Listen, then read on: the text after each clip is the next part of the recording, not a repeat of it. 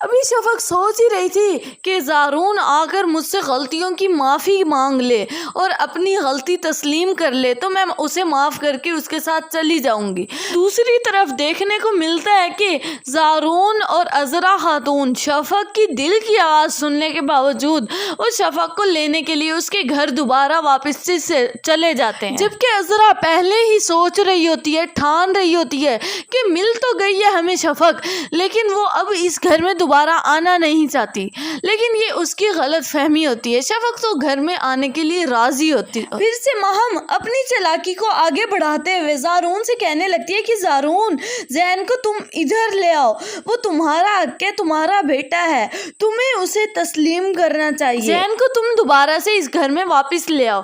جبکہ ماہم کی یہ ساری پلاننگ ہوتی ہے پھر سے شفق اور زارون کو دور کرنے کی، تاکہ زارون کے دل میں شفق کے لیے پھر سے نفرت پیدا ہونے لگے۔ حالانکہ ماہم زین کو دل سے نہیں چاہتی، وہ صرف شفق کو دور کرنا چاہتی ہے اولاد سے۔ جبکہ زارون یہاں ماہم کو یہ کہہ کر جاتا ہے کہ جی تم ٹھیک کہہ رہی ہو، میں ایسا ہی کروں گا۔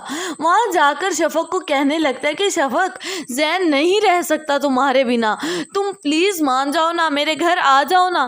جی میں مانتا ہوں میری ہی ساری غلطی ہے، مجھے غلط فہمی پیدا ہو گئی تھی، لیکن اس غلطیوں کی معافی بھی تو مل سکتی ہے نا، مجھے معاف کر دو اور پلیز آ جاؤ نا میرے گھر واپس۔ جبکہ شفق کو تو اسی وقت کا انتظار ہوتا ہے۔ شفق زارون کی یہ بات سن کر مسکرانے لگتی ہے اور خوش ہونے لگتی ہے۔ پھر آخر کار شفق تیاری کر کے زارون کے ساتھ دوبارہ واپس گھر چلی جاتی ہے۔ شفق کے دوبارہ گھر جانے میں اور دوبارہ سے زارون کی زندگی میں آنے میں سب سے زیادہ خوشی عذرا خاتون یعنی شفق کی پھپھو کو ہوتی ہے، وہ خوشی سے لہرا رہی ہوتی ہیں۔ سو ویورز، آپ کی کیا رائے ہے کہ شفق کے دوبارہ گھر جانے میں ماہم شفق کو برداشت کر پائے گی؟ اپنا رویہ شفق کے ساتھ ٹھیک رکھے گی؟ اپنی قیمتی رائے سے آگاہ کرنا مت بھولیے نیچے کامنٹ سیکشن میں۔